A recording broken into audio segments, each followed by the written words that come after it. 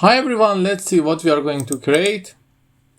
You see, it's pretty nice and I hope you like it. So let's see how we can create. At first, you need to create a welcome, and then in each slide you create a copy of that with another effect. For example, here we are using this effect, and here this effect. And after creating all of them, you need to select all of them and go to transition and set the transition after this time 0 or 15 seconds, and this way,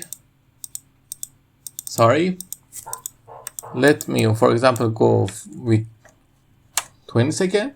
Then what is happening is that when you click on that, this slide is going to go soon and this amazing effect appear. I hope you like it. It's a nice trick you can use. If you need anything else, tell me. Have a nice